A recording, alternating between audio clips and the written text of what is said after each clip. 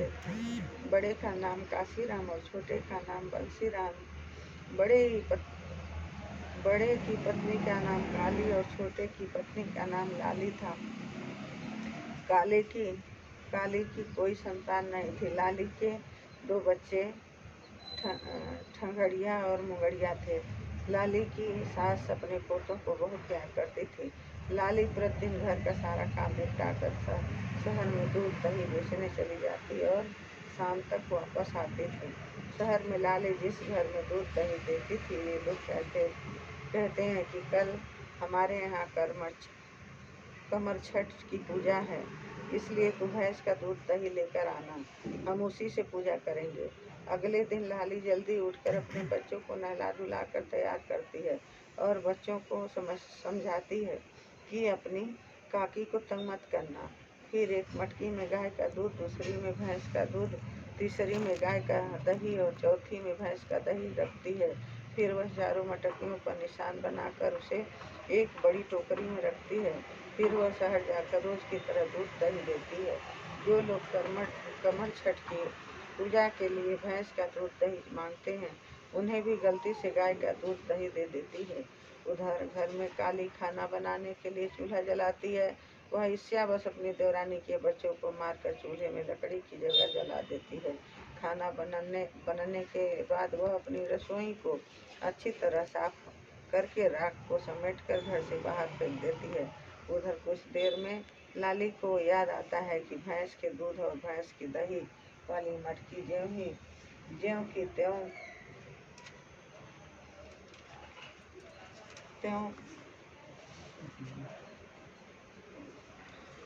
भरी है। फिर वह सबके घर दौड़ी दौड़ी जाती है। वहाँ सभी महिलाएं एक ही घर में एकत्रित होकर पूजा की तैयारी कर रही होती हैं। लाली हाथ जोड़कर कहती है, मेरे से गलती हो गई है। मैंने आपको भैंस के दूध दही की जगह गाय का दूध दही दे दिया है। अभी आप लोगों ने पूजा शुरू नहीं की है, इसलिए उसे अलग कर दीजिए और भैंस के इस दूध दही से पूजा कीजिए। लाली भी वहीं बैठकर पूजा करती है और अपनी गलती के लिए क्षमा मांगती है। इधर काली को अंत में ग्लानि होती है और वह अपने मायके चली जाती है। जब लाली शहर से वापस आती है तो अपने बच्चों को आवाज़ लगाते हुए बुलाती है। कमर छठ की पूजा के प्रताप से उसके दोनों बच्चे जीवित हो जाते हैं और दौड़ते हुए आते हैं। बच्चे अपनी माँ को पूरी कहानी बताते हैं। अपने बच्चों को देखकर लाली बहुत खुश होती है और अपनी जेठानी को बुलाने जाती है। वो अपनी जेठानी को समझाते हुए कहती है, दीदी जो हो गया उसे भूल जाओ। आज हम दोनों एक प्रण करते हैं कि हम भी अगले साल से कमल छठ की पूजा किया करेंगे। इस प्रकार देवरानी और जेठानी दोनों को सुख शांति प्राप्त होती है। छठ मैया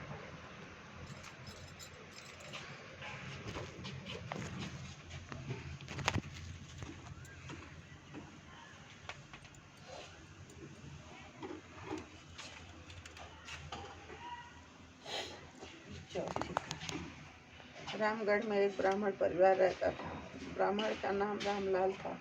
वह बहुत ही सरल स्वभाव का था, लेकिन उसकी ब्राह्मणी ललिता बहुत ही क्रूर स्वभाव की थी। अभी तक उनकी कोई संतान नहीं थी। उनके बच्चे पैदा होते ही मर जाते थे। इस प्रकार उसकी 4 संतानें मर चुकी थीं। कुछ समय बाद उनके यहाँ 5वीं संतान उत्पन्न हुई। जब वह 6 माह की हो गई तो एक दिन ललिता अपनी रौताइन को बच्चा सौंपकर नदी पर नहाने चली जाती है।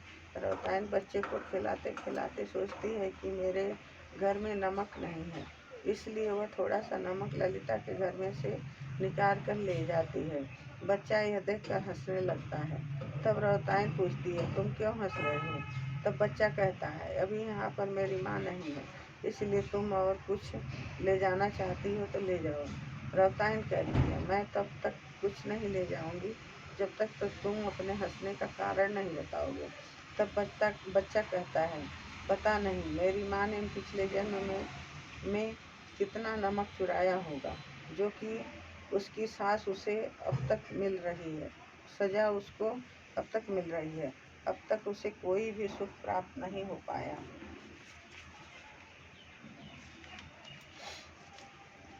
रोताइन रोताइन कहती है तुम उसके पास हो तो उसे इससे बढ़कर और क्या सुख चाहिए। बच्चा कहता है मैं तो एक दिन रहकर वापस चला जाऊंगा। रोताइन पूछती है क्या कोई उपाय नहीं है कि मेरी मालकिन को संतान सुख मिले।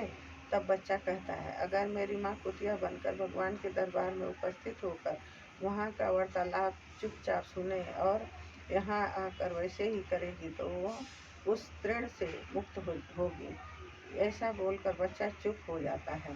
ललिता नहा कर आती है तो रोतायन पूरी कहानी बताती है। ललिता कहती है तुम झूठ बोल रही हो, इतना छोटा बच्चा कैसे बात कर सकता है, तुम मुझे डरा रही हो। रोतायन कहती है जो सच है मैं वही बता रही हूँ, आप माने या ना माने आपकी मर्जी। रामलाल बाहर से कथा पढ़कर आता है तो ललिता उसको भी सब बात बताती है। रामलाल को आश्चर्य होता है कि बात आई गई हो गई। दूसरे दिन बच्चा एकदम से बीमार पड़ जाता है। अगले दिन बच्चा मर जाता है। ललिता को रोतायन की बात याद आती है। उधर रामलाल यानी लोग बच्चे को शमशान ले जाने की तैयारी करते हैं। इधर ललिता कुतिया का रूप बनाकर बच्चे के पीछे पीछे जाती है। बच्चा भगवान के दरबार में पहुंचकर बहुत खुश होता है। भगवान वहाँ पर बैठे हुए सभी बच्चों से पूछते हैं कि अब ललिता के घर कौन जाएगा, लेकिन कोई भी बच्चा जाने के लिए तैयार नहीं होता। आखिर में एक छोटा बच्चा बचता है। भगवान उसे जाने के लिए कहते हैं तो बच्चा भगवान से पूछता है कोई भी जाने के लिए तैयार नहीं है तो आप मुझे क्यों भेज रहे हैं। भगवान कहते हैं यदि तुमको नहीं रहना हो तो कुछ समय बाद वापस आ जाना। बच्चा पूछता है मैं कैसे वापस आऊँगा। तब भगवान कहते हैं तुम जो वस्तु न रहे उसकी मांग करना, जब वह वस्तु न मिले तो रूठ कर वापस चले आना। जैसे गर्मी के दिन में कीचड़ की मांग करना और बरसात में गर्म धूल की। जब तुम्हारी बुआ नए कपड़े पहने हुए हो तो तुम हाथ मुंह गंदा करके उससे गोदी लेने को कहना। इसमें से तुम्हारी मांग पूरी न होने पर तुम वापस आ जाना। बच्चा इन बातों को सुनकर ललिता के घर उसका बच्चा बनकर जाने को तैयार हो जाता है। ललिता सब बातें सुनकर जल्दी से घर वापस आ जाती है। कुछ दिनों बाद उसको बच्चा होता है। धीरे धीरे बच्चा बड़ा होता है। साल भर के बाद ललिता मौसम के अनुरूप सभी चीज़ों को इकट्ठा करने लगती है।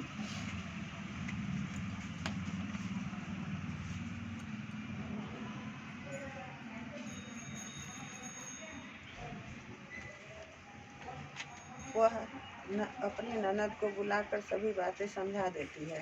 जब बहुत गर्मी पड़ती है तो बच्चा अपनी माँ से कीचड़ में खेलने की मांग करता है। ललिता खुशी खुशी आंगन में कीचड़ बिखरा देती है।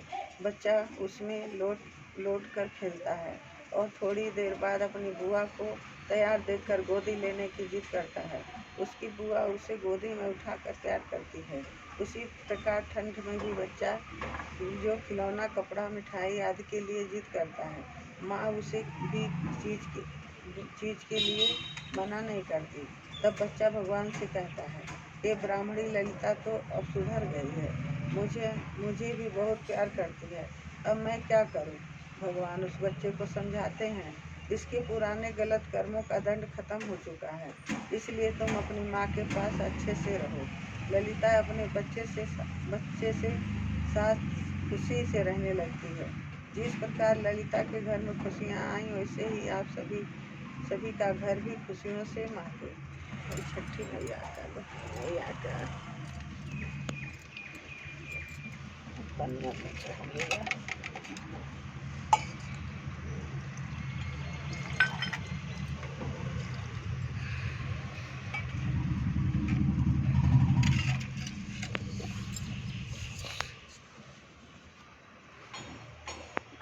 कहानी पाँचवीं। बोरसी नामक गांव में एक ब्राह्मण और उसकी पत्नी रहते थे।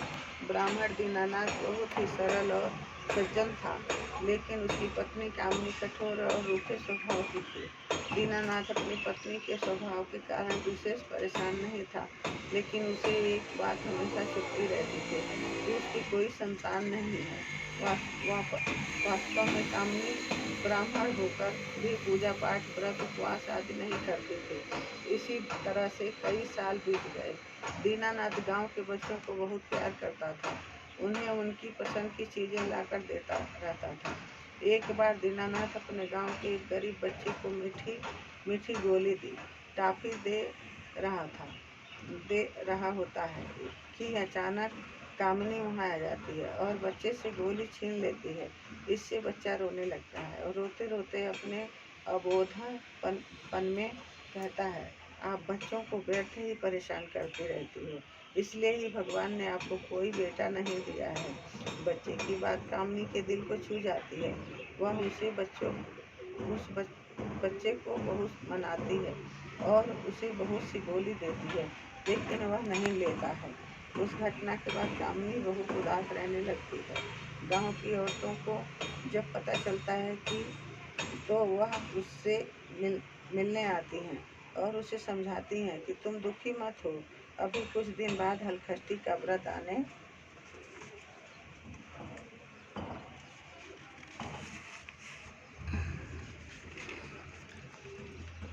आने वाला है, तुम भी उस व्रत को करना। माताजी जरूर तुम्हारी इच्छा की पूर्ति करेंगी। औरतों के समझाने से कामिनी बदलने लगती है। रोज वह स्नान करके पहले पूजा करती है, भगवान को भोग लगाती है, पहले अपने पति को खाना खिलाती है, फिर खुद खाती है। इस तरह उसकी दिनचर्या होती है। कुछ दिन बाद हलखष्टी व्रत का दिन आता है। गांव की औरतों के साथ वह भी नियम पूर्वक व्रत करती है। कुछ दिन बाद कामिनी गर्भ धारण करती है और 9 महीने बाद एक सुंदर बालक को जन्म देती है। गांव में खुशियां मनाई जाती हैं। जिस तरह हलखष्टी देवी कामिनी की मनोकामना पूरी की, वैसे ही आप सभी की मनोकामना भी पूरी करें। हे माँ छठी माता।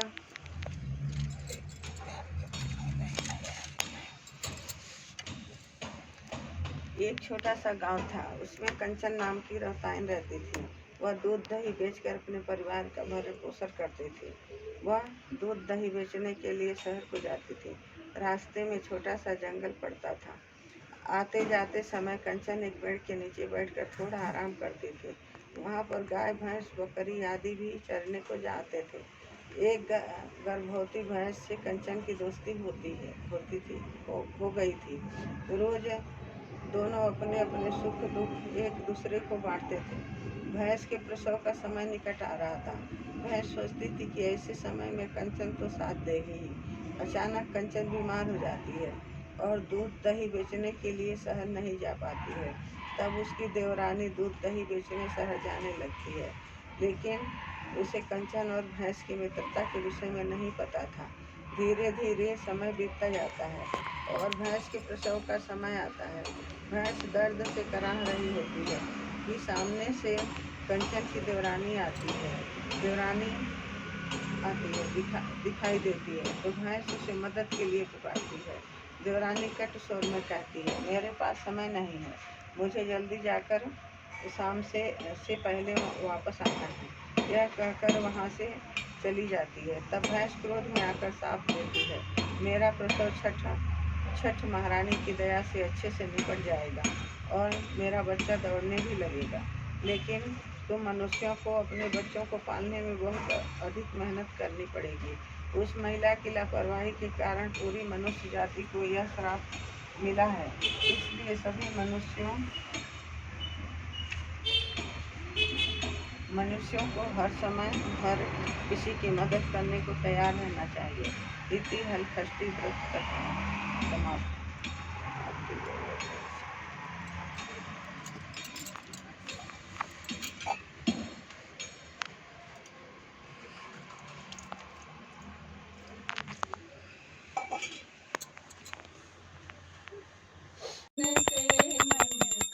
स्वामी दुख विनसे मन का, सुख संपत्ति घर आवे, सुख संपत्ति घर आवे, कष्ट मिटे तन का।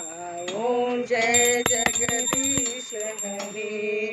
मात पिता तुम मेरी, शरण गहूँ मैं किसकी, स्वामी शरण